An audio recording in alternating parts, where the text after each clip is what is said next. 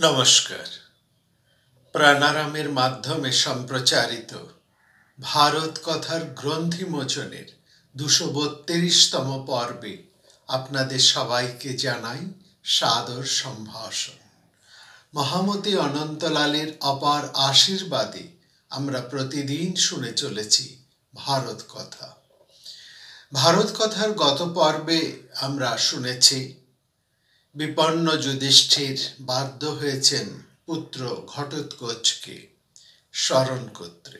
ঘটোৎকচ মধ্যম পাণ্ডব ভীমের পুত্র। ঘটোৎকচ আসার পর যুধিষ্ঠির তাকে অনেক প্রশংসা করে বলছেন, তোমার মা দ্রৌপদী পথশ্রমে ক্লান্ত, তুমি তাকে বহন করে গন্তব্যস্থলে পৌঁছে দিও। ঘটোৎকচকে সম্বোধন করা অর্থাৎ পাণ্ডবদেরকে বয়ে নিয়ে যাওয়া। এই বয়ে নিয়ে যাওয়ার মধ্যে ভীম যেমন পারেন, তেমন ভীমের পুত্র ঘটোৎকচ রয়েছেন তার সঙ্গী সাথীরা।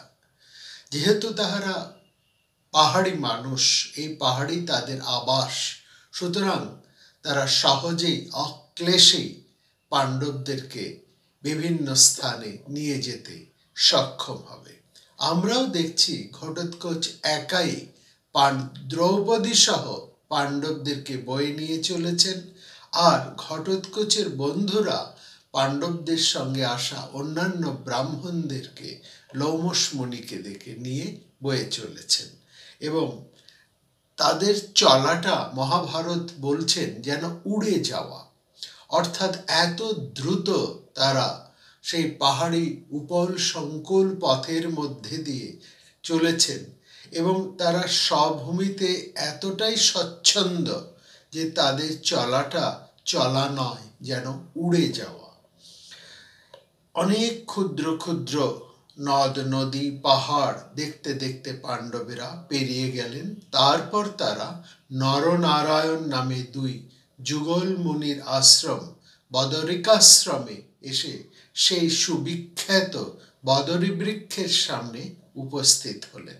এখানে আশ্রমেরা পাণ্ডবদেরকে অনেক ভালো ভালো জিনিস উপহার দিলেন, খেতে দিলেন বদরী বৃক্ষের মধুস্রাবী ফল। এত সুন্দর জায়গায় উপস্থিত হয়ে পাণ্ডবদের মন খুব ভালো হয়ে গেল। বদরী বৃক্ষের কাছ দিয়েই বয়ে চলেছে পুণ্যতোয়া গঙ্গা। এখানে এসে আমরা লক্ষ্য করছি দ্রৌপদীও খুব ভালো আছেন। তিনি হেসে খেলে ঘুরে বেড়াচ্ছেন চারদিকে। দ্রৌপদীর আনন্দ দেখে পাণ্ডবেরাও খুব প্রফুল্লিত, তারাও স্বস্তি বোধ করছেন। এই আশ্রমে প্রায় 6 রাত্রি তারা বাস করেছেন। এখান থেকে আর খানিকটা এগিয়ে গেলেও অর্জুনের সাথে তাদের দেখা হবার কথা, কারণ অর্জুন স্বর্গ হতে অস্ত্র শিক্ষা লাভ করে ফিরে আসবেন এই পথে। অর্জুনের সঙ্গে দেখা হবার আগেই অবশ্য পাণ্ডবদের জীবনে একটা ভারী অদ্ভুত ঘটনা ঘটে গেল। ঘটনাটা অদ্ভুত বটে, ঘটনাটি সুন্দরও বটে। ভারী খুশির মেজাজে রয়েছেন দ্রৌপদী। এমন একদিন তারা কাটিয়েছেন যেখানে অর্জুনের বিরহ তাদেরকে গ্রাস করেছিল, আর কয়দিনের মধ্যেই অর্জুনের সাথে তাদের দেখা হবার কথা। এর জন্য পাণ্ডবেরা তো বটেই, দ্রৌপদী খুব ফুরফুরে মেজাজে আনন্দিত চিত্তে রয়েছেন। এরকমই এক খুশির আওয়াজে যেন ঈশান কোষ হতে ভেসে আসা হাওয়ায় দ্রৌপদীর সামনে উড়ে এসে পড়ল অরুণ রঙা সহস্রদল এক পদ্ম ফুল। সেই ফুল থেকে উড়ে আসছে মদির ও মধুর গন্ধ, যেন স্বর্গের নন্দন কানন হতে পড়ে আসা কোনো ফুল। সুর সৌগন্ধিক তচ্ছুবা শুভমাসাদ্য সৌগন্ধিক অনুকত্তমম। কোথা হতে কেমন হাওয়ায় সেই দিব্য গন্ধা অরুণ রঙা পদ্ম ফুল এসে পৌঁছল দ্রৌপদীর সামনে। দ্রৌপদী সেই পদ্ম ফুল তুলে নিলেন এবং মধ্যম পাণ্ডব ভীমকে দেখিয়ে বললেন, এই ফুলের রূপ, রস, বর্ণ, গন্ধ সব এতটাই অনির্বচনীয়। আমার এত ভালো লাগছে যে এই ফুলের গাছ আমাকে এনে দিতে হবে। আমি কাম্যক বনে ফিরে গিয়ে এই পদ্ম ফুলের গাছ লাগাবো এবং ফুল ফুটলে মহারাজ যুধিষ্ঠিরকে আমি এই ফুল নিবেদন করব। কথাটা বলেই হাতে যে পদ্ম ফুলটি ছিল সেটিও তিনি দিয়ে এলেন যুধিষ্ঠিরকে। জগাম পুষ্যম আদায় ধর্মরাজায় ভাবিনী। ভীমকে বললেন দ্রৌপদী, যদি আমি তোমার প্রিয় হই, যদি তুমি আমাকে ভালোবাসো, তাহলে এই ফুল আরো গোটা কতক আমাকে এনে দিতে হবে। ইয়দি তেহং প্রিয়া পার্থ বহনে পুণ্য পাবহার। ভীম আর একটু অপেক্ষা করলেন না, এতটুকু তিনি দেউরি করলেন না। দ্রৌপদী চেয়েছেন সে যেখান থেকেই হোক, যত কষ্টই হোক, যত বিপদই হোক, এই ফুল তাকে নিয়ে আসতেই হবে সুদূর কোন পদ্ম সরোবর হতে। তিনি রওনা দিয়েছেন সঙ্গে সঙ্গে। এমনকি যুধিষ্ঠিরকে পর্যন্ত বলে যাবার বা অনুমতি নেবার প্রয়োজনটুকু তিনি মনে করলেন না। তিনি একেবারে ছুটে চললেন দ্রৌপদীর প্রিয় কামনা পূর্ণ করার জন্য। প্রিয়ায় প্রিয় কামস প্রায়াদ ভীম মহাবাল। এখানে প্রিয়ায় কথাটি ব্যবহার করেছেন মহাকবি। দ্রৌপদী ভীমের প্রিয়তমা সখী। তার প্রিয় কাম, তার মনোবাঞ্ছা পূর্ণ করার জন্য দ্রৌপদীর মুখের কথা খসা মাত্রই তিনি রওনা দিয়েছেন সেই সুদূর অজানা পদ্ম সরোবরের দিকে। এই ফুল আনতে কোথায় যাচ্ছেন ভীম তা তিনি নিজেই জানেন না, কিন্তু তিনি যাচ্ছেন কারণ দ্রৌপদী তার কাছে ফুলটি চেয়েছে। অতএব এই যে সুর সৌগন্ধিক পদ্ম ফুল যেটি দ্রৌপদী তার জ্যেষ্ঠ স্বামীকে দিচ্ছেন তার প্রসন্নতার জন্য, এবং আরেক স্বামী ভীমকে তিনি প্রায় আদেশের সুরেই বলছেন এই ফুলের গাছ আরো এনে দিতে হবে আমাকে, তাতেই ভীম ছুটে চলেছেন সেই অজানা পদ্ম সরোবরের দিকে। কোথায় কোন সুদূরে সেই পদ্ম দিঘি জানেন না ভীম, জানতে তিনি চানও না। কিন্তু দ্রৌপদীর কথার মধ্যে যে প্রেমভাসটি ছিল, যেমন দ্রৌপদী বলেছেন, যদি আমাকে তুমি এতটুকু ভালোবাসো, ইয়াদি তেহং প্রিয়া পার্থ, সেই দ্রৌপদীর প্রিয়তমা দ্রৌপদীর প্রিয় সাধনের জন্য দ্রৌপদ্যা প্রেম অনিচ্ছেন তিনি পাহাড় পর্বত পেরিয়ে অতি দ্রুত বেগে ছুটে চলেছেন দ্রৌপদীর মনস্কামনা পূর্ণ করার জন্য।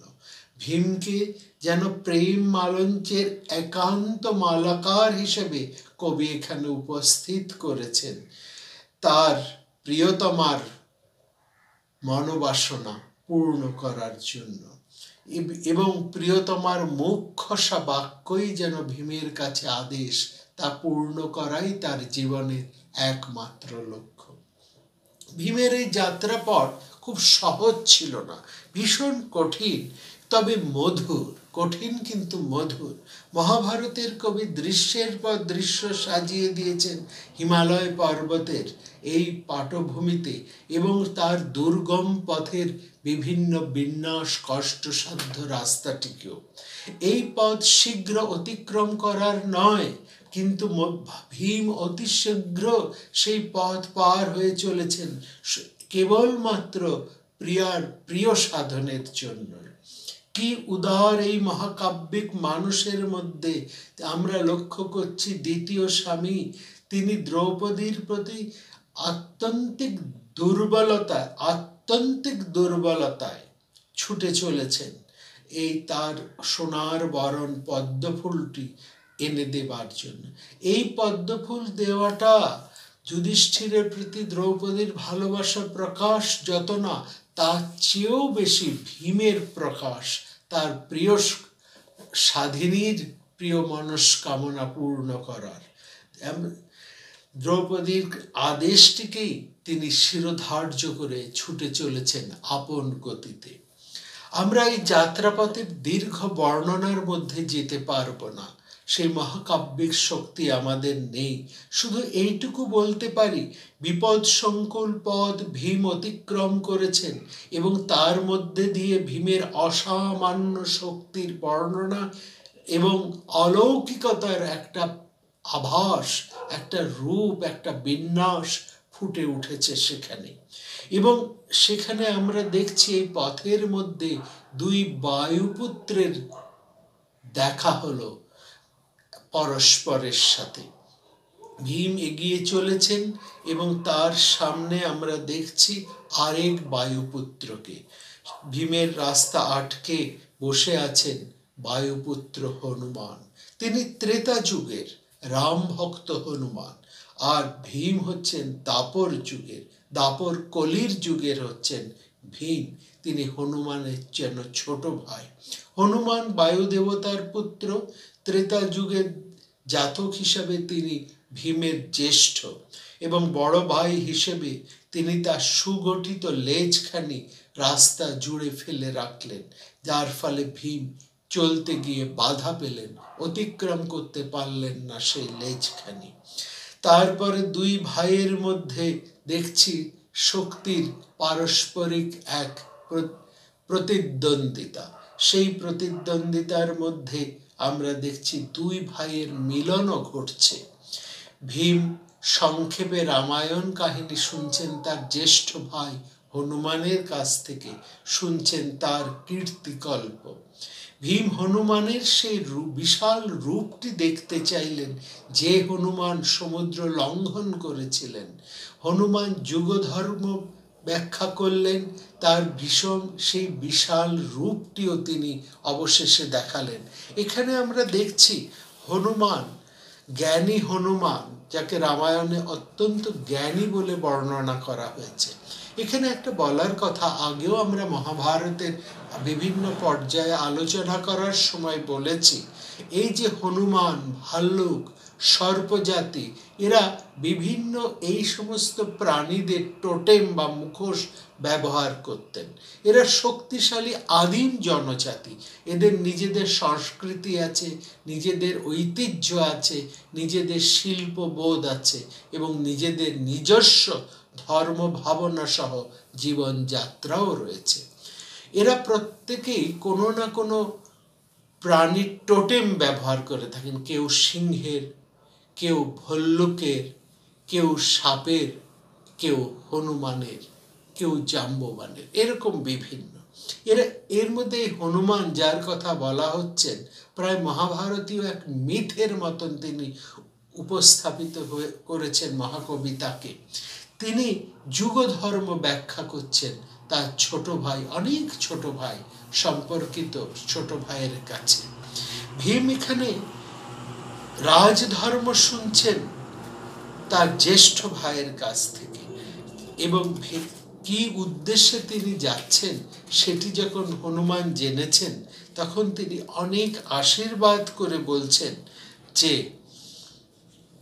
তুমি তোমার প্রিয় কর্ম সাধন করো এবং নির্বিঘ্নে ও কুশলে গমন করো। তুমি যে পদ্মবনের দিকে যেতে চাইছো, এই হচ্ছে সেই রাস্তা। এখানে যাওয়ার সময় তুমি যক্ষ রাক্ষসগণের দ্বারা রক্ষিত কুবেরের উদ্যানটি, কুবের কাননটি তুমি দেখতে পারবে। কিন্তু মনে রাখবে, এই কুবেরের উদ্যান হতে তুমি নিজে থেকে ফুল পাড়তে যেও না, কারণ দেবগণকে বিশেষভাবে মান্য করা মানুষের উচিত। এবং সেখানে তিনি একটা খুব দামি কথা বলছে, তুমি সেখানে জোর করে ফুল তুলতে যেও না। সেখানে বলছে নাচতে তরস কার্য কুসুমা বচয় স্বয়ং, তুমি জোর করে সেখানে ফুল তুলতে যেও না, কারণ যার উদ্যান, যার কানন, সেই কুবের একজন দেবতা। তার সাথে তুমি জোরাজুরি করতে যেও না, কেননা তাদেরও একটা নিজস্ব ধর্ম আছে এবং সেই ধর্মকে তোমার বুঝতে হবে।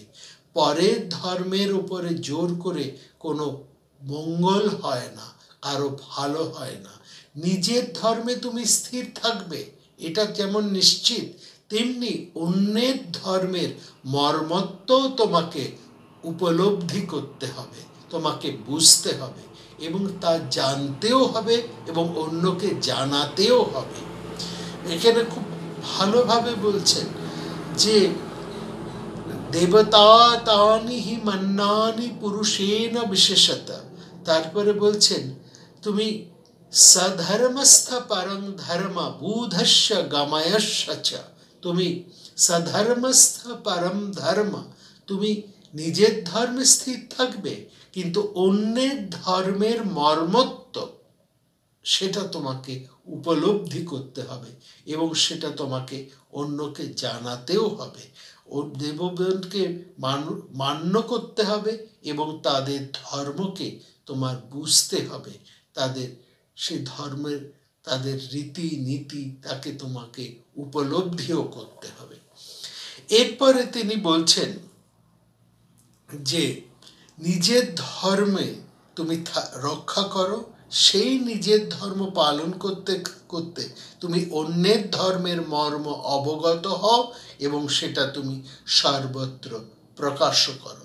এবং তারপরে আমরা দেখছি এই জায়গাটি মহাভারতের একটা ভীষণ গুরুত্বপূর্ণ অংশ, যা শুধু সেকালের জন্য না, অতি সাম্প্রতিক কালের জন্যও এই কথাটি বিশেষ তাৎপর্যপূর্ণ। তুমি নিজের ধর্মে যেমন স্থির থাকবে, তেমনি পরের ধর্মকে তোমাকে বুঝতে হবে, পরের ধর্মের মর্মটুকু তোমাকে বুঝতে হবে এবং সেইটিকে অন্যকেও তোমাকে সেটা জানাতে হবে। যে অন্যের ধর্মকে তুমি কখনো অস্বীকার করতে পারো না, ছোট করতে পারো না, উড়িয়ে দিতে পারো না, এটা খুব বড় কথা, সেটাকে তোমাকে বুঝতে হবে। আর আমাদের বলা হচ্ছে যে ধর্ম আমরা আত্মস্থ করছি, সেটাকে আমাদের আত্মস্থ করতে হবে শুধু আবেগ দিয়ে নয়, আত্মস্থ করতে হবে যুক্তি দিয়ে। এবং যেমন যুক্তি দিয়ে নিজের ধর্মকে আমরা আত্মস্থ করি, যে যুক্তিহীনভাবে যদি সেই ধর্মকে আমরা আত্মস্থ করি, শুধুমাত্র কেউ বলেছে বলেই বা কোনো একটা আবেগের বশে যদি আমরা সেই ধর্মকে গ্রহণ করি, তাহলে সেই ধর্মের প্রতি আমাদের শ্রদ্ধা থাকে না। যুদ্ধে আমাদের নিজের ধর্মের প্রতি যদি যুক্তির প্রাধান্য না থাকে, তাহলে অন্য ধর্মের যুক্তিকেও আমরা বুঝতে পারি না। যুক্তিসিদ্ধভাবে নিজের ধর্মে যদি আমরা প্রতিষ্ঠিত থাকি, আমরা যদি দৃঢ় থাকি, তাহলে অন্য ধর্মের প্রতি আমরা কখনোই ঘৃণা প্রকাশ করতে পারি না। যুক্তি দিয়েই আমরা অন্যের ধর্মকে সম্মান করতে পারি, তার মর্মকে অনুধাবন করতে পারি। হনুমান এই সূত্রে রাজনীতি, বিশেষ করে বৃহস্পতির রাজনীতির কথাও কিছু বললেন। বলছেন যেখানে অধর্মই ধর্ম হয় এবং ধর্মই অধর্ম হয়, সেই জায়গাটা আলাদা করে বিশেষ করে তোমাকে বুঝতে হবে। সেখানে তুমি নির্বোধের মতন আচরণ করো না, মুগ্ধ হয়ে যেও না। অধর্ম যত্র ধর্মক্ষ ধর্মশ্চ ধর্ম সঙ্গীত। যেখানে অধর্মই ধর্ম হয় আর ধর্ম অধর্ম হয়, সেই জায়গাটা আলাদা করে বিশেষ করে তোমাকে বুঝতে হবে। তারপরে বলছেন আচার হতে, মানুষের আচরণ হতেই ধর্মের উৎপত্তি, ধর্ম হতেই বেদজ্ঞানের উৎপত্তি হয়, আর বেদজ্ঞান হতেই যজ্ঞ হতে থাকে এবং সেই যজ্ঞই দেবতাদের প্রতিষ্ঠিত করে। মানুষের যে আচরণ, মানুষের যে ব্যবহার, সেটাই হচ্ছে সেই মানুষের ধর্ম। মানুষ তার ধর্ম অনুসারে আচার আচরণ করে, ব্যবহার করে। এই ধর্ম এখানে স্বভাব। ধর্ম বলতে এখানে রিচুয়ালিটি বোঝাচ্ছে না, এখানে বোঝানো হচ্ছে মানুষের স্বভাবকে। মানুষের আচার আচরণটাই হচ্ছে তার স্বভাবটাই হচ্ছে তার ধর্ম, তার প্রপার্টিস। এবং এই ধর্ম হতেই বেদজ্ঞানের উৎপত্তি। সমস্ত জ্ঞান, নিখিল শাস্ত্র ধর্ম হচ্ছে তার এই ধর্ম সঞ্জাত। এবং এই যে বেদজ্ঞান, এই যে জ্ঞান, সেই জ্ঞান থেকে মানুষ বড় বড় নিঃস্বার্থ কাজ করে। বিরাট বিরাট কীর্তি, মানুষের যশ প্রতিষ্ঠা, যাকে যজ্ঞর সাথে তুলনা করা হয়েছে। এবং সেই যজ্ঞই মানুষকে দেবত্বে প্রতিষ্ঠিত করে। ভারী চমৎকার কথা এখানে মহাভারত বলছেন আচার সম্ভব ধর্ম, ধর্ম দেদা সমুত্থিতা, ধর্মের যজ্ঞা সমুৎপন্না, যজ্ঞই দেবা প্রতিষ্ঠিতা। ভীষণ গুরুত্বপূর্ণ। এবং এর প্রত্যেকটি শব্দের অর্থ আমাদেরকে অন্তর দিয়ে, মর্ম দিয়ে, যুক্তি দিয়ে বুঝতে হয়। তারপরে বলছে বেদ ও আচার বিহিত যজ্ঞ দেবগণকে রক্ষা করে। এবং এই বৃহস্পতি এবং শুক্রের যে নীতিশাস্ত্র, যা এই জ্ঞানের উপর সঞ্জাত, তাই মানুষকে রক্ষা করে। তারপরে বলছেন সেবা, করদান, বাণিজ্য, কৃষি এবং পশু পালন আর প্রতিগ্রহ, এই সমস্ত কাজের দ্বারা মানুষ জগৎকে রক্ষা করে। তারপরে বলছেন ত্রয়ীবার্তা দণ্ড নীতি তিস্র বিদ্যা বিজানিতম। একজন সংসার যাত্রা নির্বাহক যিনি করেন, একজন সংসারী মানুষ, তাকে বেদ জানতে হয়, জীবিকা নির্বাহের শাস্ত্র জানতে হয় এবং দণ্ডনীতি শাস্ত্রও তাকে জানতে হয়। এই তিনটি বিদ্যা, তিনটি মুখ্য বিদ্যার কথা এখানে হনুমান বলছেন ভীমকে। কি সেই তিনটি বিদ্যা যা একজন সংসারী মানুষকে কিছু না কিছু জানা প্রয়োজন বা দরকার? সেটি হচ্ছে প্রথমে বেদ শিক্ষা, অর্থাৎ জ্ঞান। মানুষের সে জ্ঞানটি থাকতে হবে। তারপরে বলছেন জীবিকা নির্বাহ শাস্ত্র। জীবিকা নির্বাহ শাস্ত্র এখানে বলতে বোঝানো হচ্ছে অর্থনীতিকে এবং দণ্ডনীতিকে, অর্থাৎ নীতি ও অনীতি, আইন কানুন, এই অর্থনীতি এবং সামগ্রিক জ্ঞান, এই তিনটি বিদ্যা, এই তিনটি বিদ্যা যথাস্থানে প্রযুক্ত করেই মানুষের সংসার যাত্রা নির্বাহিত হয়। অর্থাৎ একজন মানুষ যদি সে নির্বিঘ্নে তার সংসার যাত্রা করতে চায়, তাহলে সেই মানুষের জ্ঞান দরকার, তার পড়াশুনো থাকা দরকার, তার বুদ্ধিবিদ্যা থাকা দরকার, তার কিছু অর্থনীতি বোধ, অর্থাৎ টাকা পয়সার ব্যাপারে তার কিছু জ্ঞান বুদ্ধি থাকা দরকার, এবং দেশের আইন কানুনটিও তাকে জানা দরকার। এই তিনটির দ্বারাই একজন মানুষ তার সংসার যাত্রাকে নির্বিঘ্নে নির্বাহ করতে পারে। এবং সেই সংসার যাত্রা যদি ন্যায় অনুসারে বিহিত না হয়, কিংবা বেদোক্ত ধর্ম ও দণ্ডনিহিত নিয়ম যদি সে অনুষ্ঠিত না করতে পারে, তাহলে জগতে বিশৃঙ্খলা দেখা যায়। অর্থাৎ সংসারী মানুষের সংসারে, অর্থাৎ সমাজে, দেশে, রাষ্ট্রে ন্যায় প্রতিষ্ঠা করতে হবে। এই ন্যায়টা কিসের উপর প্রতিষ্ঠা হয়?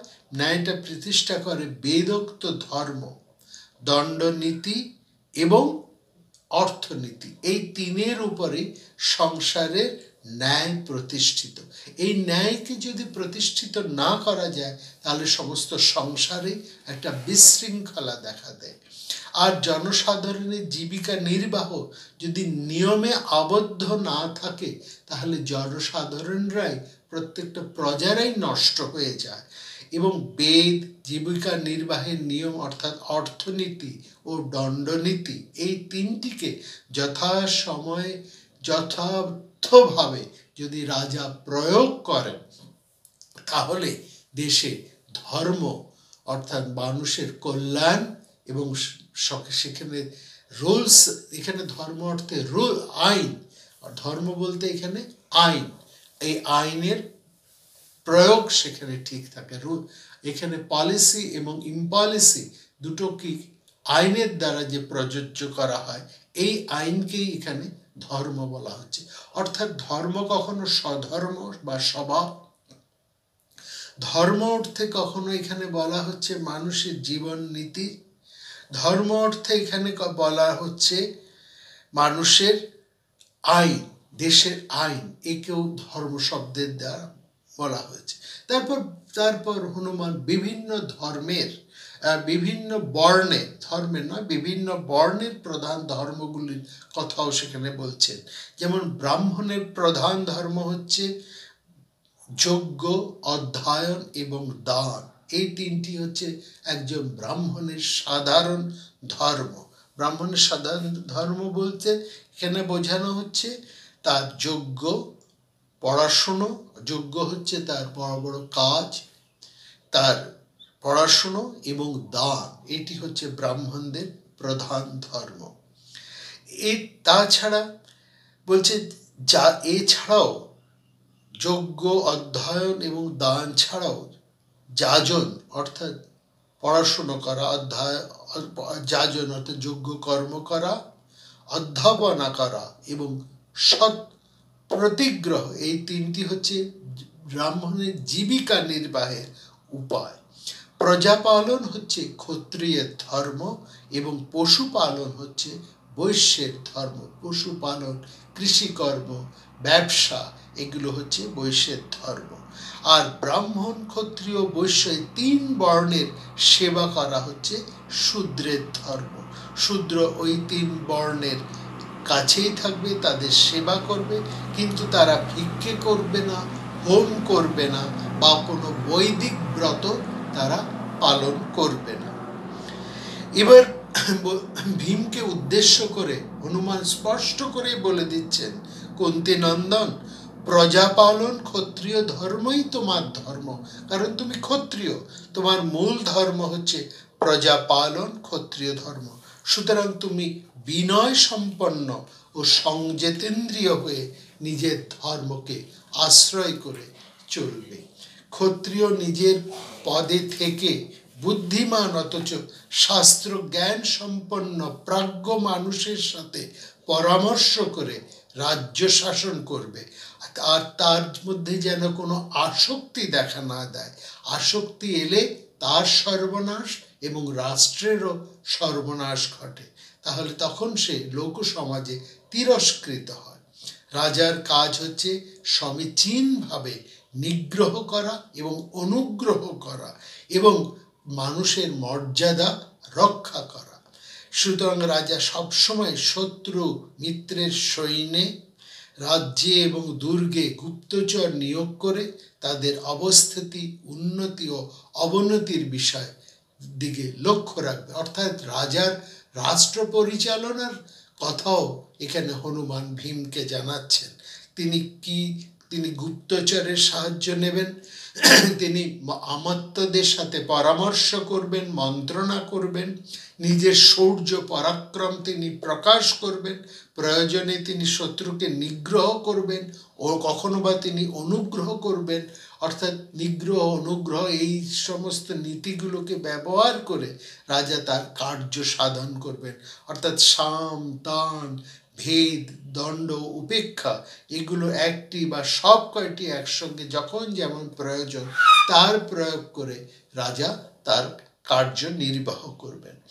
এবং সেখানে আরেকটি গুরুত্বপূর্ণ কথা বলছেন হনুমান, বলছেন মন্ত্রণা হচ্ছে, অর্থাৎ পরামর্শ, আলাপ আলোচনা হচ্ছে সমস্ত নীতি প্রয়োগ ও গুপ্তচর নিয়োগের মূল। সুতরাং যখনই রাজা কোনো কাজ করবেন, বিশেষ কোনো নীতি নির্ধারণ করবেন, সেই নীতির প্রয়োগ করবেন এবং বিশেষ বিশেষ জায়গায় গুপ্তচর নিয়োগ করবেন, সেই ক্ষেত্রে রাজা কিন্তু প্রথমেই আমাত্যদের সাথে, বুদ্ধিমান মানুষের সাথে, তার অভিজ্ঞ মন্ত্রণাদাতাদের সাথে, মন্ত্রী আমাত্যদের সাথে ভালোভাবে তিনি আলাপ আলোচনা, পরামর্শ অর্থাৎ মন্ত্রণা কাজটি সেখানে করবেন। এবং এই মন্ত্রণাটা করবেন তিনি দ্বিজাতি অর্থাৎ ব্রাহ্মণদের সাথে। ব্রাহ্মণ বলতে এখানে জ্ঞানী, ধর্ম জ্ঞানী পুরুষদের সাথে আলোচনার কথা বলা হচ্ছে। এবং তিনি কাদের সাথে রাজা মন্ত্রণা করবে না সে কথাও খুব স্পষ্ট করে বলে দিচ্ছেন পবননন্দন হনুমান। বলছেন কোনো স্ত্রীলোক, মূর্খ, বালক, লোভী, যার স্বভাব নিকৃষ্ট, যে উন্মত্ত, পাগল, তাদের সাথে কোনো বিষয়ে এখানে মন্ত্রণা করবে না। স্ত্রীলোক বলতে বলা হয়েছে অল্প বুদ্ধিজ্ঞ, যাদের বুদ্ধি অল্প, যারা কথা ধরে রাখতে পারে না, কোনো জিনিস গোপন রাখতে পারে না, তাদেরকে বোঝানোর জন্য এখানে স্ত্রীলোক কথাটি সাধারণ অর্থে ব্যবহার করেছে এবং খুব স্পষ্ট করে বলেছেন তুমি মন্ত্রণা করবে বিদ্বান মানুষের সাথে, সমর্থ মানুষকে দিয়ে তুমি কাজ করাবে, অর্থাৎ কাজের ভার তুমি উপযুক্ত লোককে দেবে। এটা হচ্ছে সবচেয়ে বড় কথা। এমন মানুষকে কাজের জন্য বাঁচতে হবে যে সেই কাজের জন্য সমর্থ, অর্থাৎ উপযুক্ত। অনুপযুক্ত লোককে যদি কাজের ভার দেওয়া হয় তাহলে সেই কাজটি পণ্ড হয়, নষ্ট হয়। সুতরাং উপযুক্ত লোককে দিয়ে কাজ করাবে এবং প্রণয়ী লোক দ্বারা নীতি প্রয়োগ করাবে, অর্থাৎ কাকে দিয়ে নীতি তো নির্ধারিত হলো, এবার নির্ধারিত নীতিকে তো প্রয়োগ করতে হবে। সুতরাং যারা প্রয়োগ অভিজ্ঞ, যারা সুন্দরভাবে নীতিকে প্রয়োগ করতে পারে, এক্সিকিউট করতে পারে, এরকম উপযুক্ত এক্সিকিউটরকে দিয়ে নীতি প্রয়োগ করবে। এবং সর্বক্ষেত্রে সবচাইতে এটি দামি কথা, চিরকালের এটি দামি কথা, যে মূর্খান সর্বত্র বর্জয়েৎ, সব জায়গায় তুমি মূর্খদেরকে বর্জন করবে, কখনোই মূর্খদের সাথে তুমি অবস্থান করবে না, অর্থাৎ মূর্খের সাথে সংসর্গ করবে না। শত বুদ্ধিমান শত্রুর থেকেও একজন মূর্খ কিন্তু ভীষণ বিপজ্জনক।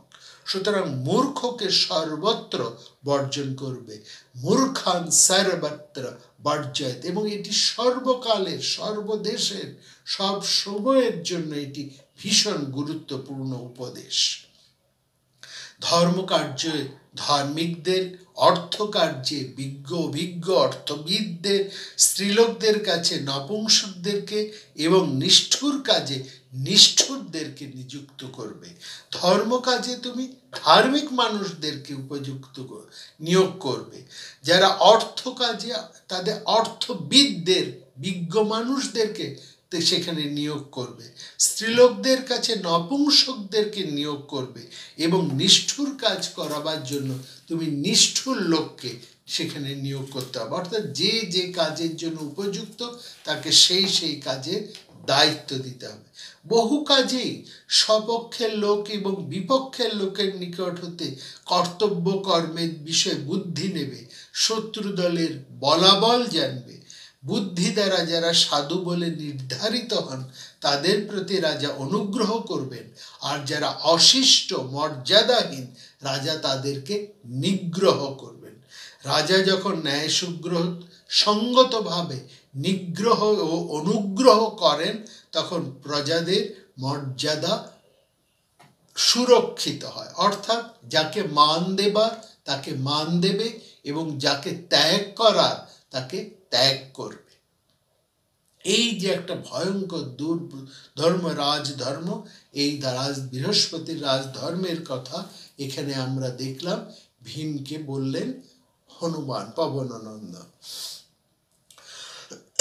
তারপরে আমরা দেখছি হনুমানের কথা শুনে ভীম গন্ধমাদন পর্বতের অভ্যন্তরীণ স্থানে সেই পদ্মবন তিনি খুঁজে পেলেন, কিন্তু ভীমের যা স্বভাব, তার ক্রুড যে ক্ষত্রিয় নীতি, তার সেই জন্য ভীম কিন্তু হনুমানের আসল কথাটি ভুলে গেলেন।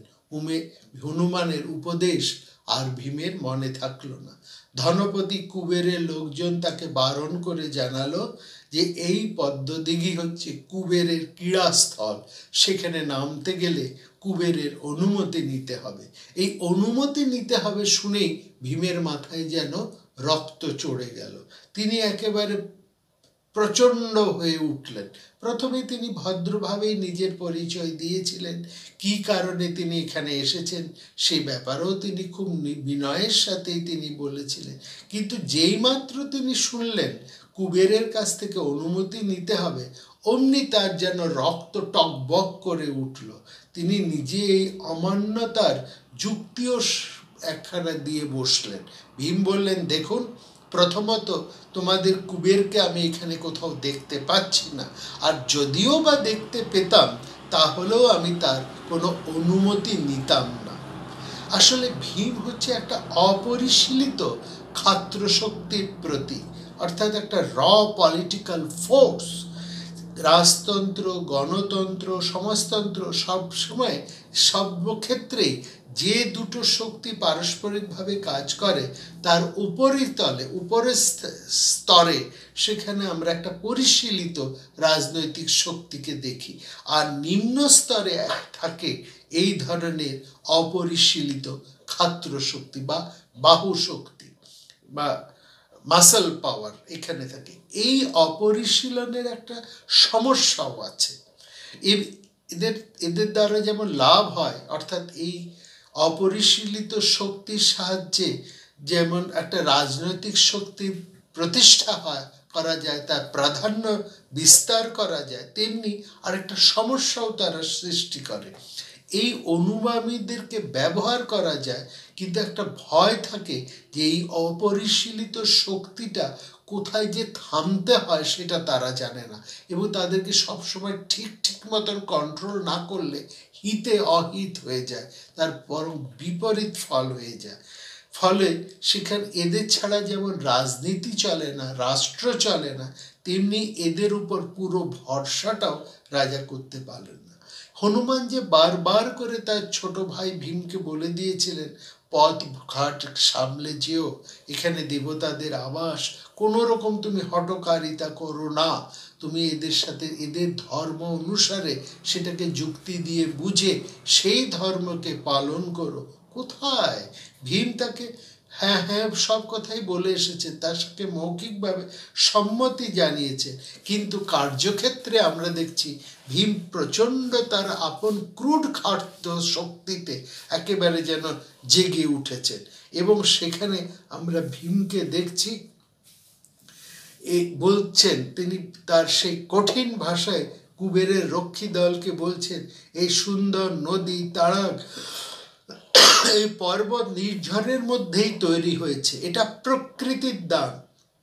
কুবের মহারাজ আপন ভবনে এটা তৈরি হয়নি, আর একান্ত প্রাকৃতিক বলেই এর ওপর কুবেরের যে অধিকার, আমাদের মতো সাধারণ মানুষেরও সেই অধিকার।